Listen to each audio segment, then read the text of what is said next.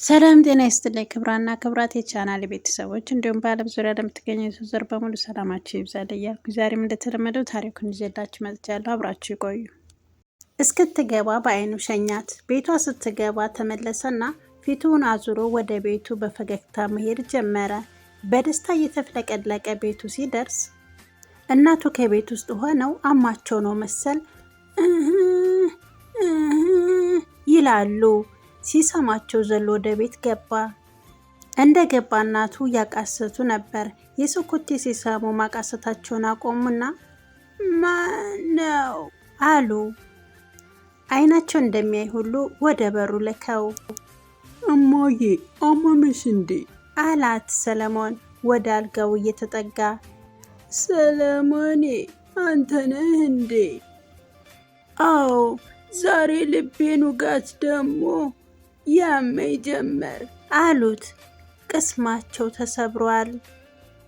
የእናቱ ቅስም ተሰብሯል። ሰለሞን የሚያደርገው ጠፋው። በጣም ፈርቷል። አይዞሽ እማዬ ነገ እንደምንም አሳክምሻለሁ አላት ከጎኗ እየተቀመጠ። ምንም ገንዘብ እንደሌለው ያውቃል፣ ግን የሚላቸው ጠፍቶበት ነበር አሳክምሻለሁ ያላት። አቀፉና ወደ ደረታቸው አስጠጉና የጎደለ አካል እንዳለው ሁሉ ከላይ ከፀጉሩ ጀምረው መዳበስ ጀመሩ። ምነው ሰለሞኔ ፀጉርህ እንዲህ ዱር እስኪመስል ድረስ የማትቆርጥ አሉት ፀጉሩን ሲዳብሱለት ከቆዩ በኋላ። እሺ እማዬ ነገ እቆረጣለሁ አላቸው። ብዙም ጊዜ የምትጠይቀውን ሁሉ እሺ አደርገዋለሁ ይላቸዋል። ብዙ ጊዜ አደርገዋለሁ ያለውን ግን ያደርጋል።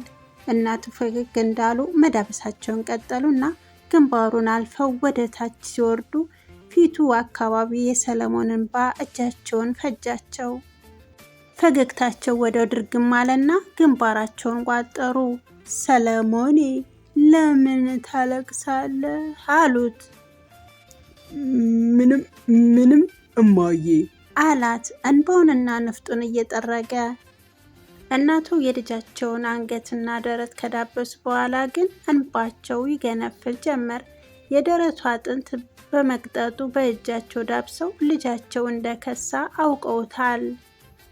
ምን ነው ልጄ ከስተሃል፣ ምግብ አትበላም አሉት እንባቸውን እንዳያይ ፊታቸውን አዙሮ። አልከሳውም እኮ እማዬ ደህና ነኝ አላቸው። እንዳታዝንና እንዳታለቅስ ፈልጎ እንጂ ለሱ መክሳቱ አልጠፋውም። ብዙውን ጊዜ ምሳና ራት አይበላም። በቀን የሰራው ብር ትንሽ ከሆነ ለእናቱ የሚሆን ምግብ ብቻ ይገዛና ይመለሳል። ና አብረን እንብላ ያለችው እንደሆነ ጠጋ ብሎ አንዴ ጉርስና እዛው ምግብ ቤት በልቼ ነው የመጣሁት፣ ይልቅንስ መብላት አለብሽ ይላታል። ነገር ግን ውሸቱን ነበር። እናቱ እንዳታስብና የገዛው ምግብ ለሁለቱም ስለማይበቃ ነበር ሁሌም በልቼ ነው የመጣሁት የሚላት። የልጇ መክሳት ክፉኛ ሲያስለቅሳቸው ከቆየ በኋላ ማልቀሳቸውን ማቆማቸውን ሲያውቅ እራት ገዝቼ መጣሁ አላቸውና ሰለሞን ከቤት ወጣ። ነገር ግን እራት መግዛት ሳይሆን ወደ ጎረቤት ቤት ነበር የሄደው። የጎረቤታቸውን የወይዘሮ ዝናሽን ግቢ አልፎ ከገባ በኋላ ወይዘሮ ዝናሽ ወጥ እየሰራች አገኛት። ከማብሰዋ ተከታትሏት ገባና እማማ ነው የሚላት። እማማ እባክሽ እናቴን አሞብኝ ነው የማሳክምበት ብር ካለሽ አበድሪኝ አላት። እየፈራ አንገቱን እንዳቀረቀረ ብድር ሲጠይቅ የመጀመሪያው ነው። አመማት እንዴ ምንቴን አለችው። እማማ ቢሆንም ደንግጣ ነበር። ምንትዋብን አቆላምጣ ስጠራት ምንቴ ነው የምትላት። አዎ ውጋት ነገር አሟታል አላት። እማማ ወሬ ማብዛት አልፈለገችም። ወደ ሳሎን ከገባች በኋላ ከጥቁር ቦርሳ ውስጥ ብር እያወጣች ተመለሰች። 2000 ብር ቆጥራ ሰጠችውና ካነሰህ ጠይቀኝ። ሰለሞን በጣም አመስግኖ ከማብሰያ ወጣና አንዴ ፈጣሪውን አንዴ ማማን እያመሰገነ ለእናቱ እራት ሊገዛ ወደ አንድ ካፌ ያቀና። ወይዘሮ ምንትዋብና ማማ የልጅነት ጓደኛሞች ብቻ ሳይሆኑ እህትማማችን ማለት ናቸው። በተቸገሩ ጊዜ አንዷ ከአንዷ ተበዳድረዋል። ዛሬ ላይ ድህነት ቤት ሰራባቸው እንጂ ወይዘሮ ምንትዋብም ለማማ አንዴ ከገንዘቡ አንዴ ከሚበላው አበድረዋት ያውቃሉ። ዛሬ ግን የሰው እጅ እያዩ መኖር እጣ ፋንታቸው ሆኗል። ሰለሞን እራት ገዝቶ ከመጣ በኋላ አብሯቸው ከእናቱ ጋር መብላት ጀመሩ። ልጃቸው አብሯቸው መብላቱን ደስ ብሏቸዋል። አንዴ እሱ አንዴ እሷ እየተጎራረሱ ይበላሉ። ወይዘሮ ምንትዋብ ልጃቸውን ሊያጎርሱ የጠቀለሉትን እንጀራ ጉርሻ በትምተማ አፉ እየመሰላት አንዴ አፍንጫው ላይ አንዴ ደግሞ አገጩ ላይ ይጨምሩታል። ያኔ ሰለሞን በእናቱ ድርጊት ትን እስኪለው ይስቃል። የልጃቸው መሳቅ ፈገግ አስባላቸው። ደስተኛ ሆነዋል። የታመሙ አይመስሉም። አይናቸውን ፊት ለፊት ተቀምጦ የሚስቀው ልጃቸውን ሲስቅ ለማየት ቢያንከባልሉትም ሊያዩት አልቻሉም ከመስማት ውጪ። በነጋታው ሰለሞን ከማማ ጋር በመሆን እናቱን አሳክሟት ተመለሰ። ነገር ግን ለእናቱ ተበድሮ እንዳሳከማት አልነገራትም ነበር። እማማንና እናቱን ቤት ካደረሰ በኋላ ከቤት ወጣና ከሕክምና በተረፈው ብር የወር አስቤዛ ከገዛ በኋላ ጭራሮ የመሰለውን ፀጉሩን ተስተካከለ። ፀጉሩን ተቆርጦ ከጨረሰ በኋላ በፀጉር ቤቱ መስታወት ፊት ለፊት ቆመና ራሱን ደጋግሞ ይመለከት ጀመር። ፀጉሩን ሲስተካከል ፊቱ ሞላ ያለ ይመስላል። ከመክሳቱ ውጭ ቆንጆ ነበር። ራሱንም ወደደው። ሂሳብ ከፈለና ወደ ቤቱ ተመለሰ። ሂሩት ሌሊቱ ሙሉ ስለ ሰለሞን ነበር ስታስብ ያደረችው። ሌሊቱ 2 እስከሚመስላት ረዝሞባት ነው ያደረው።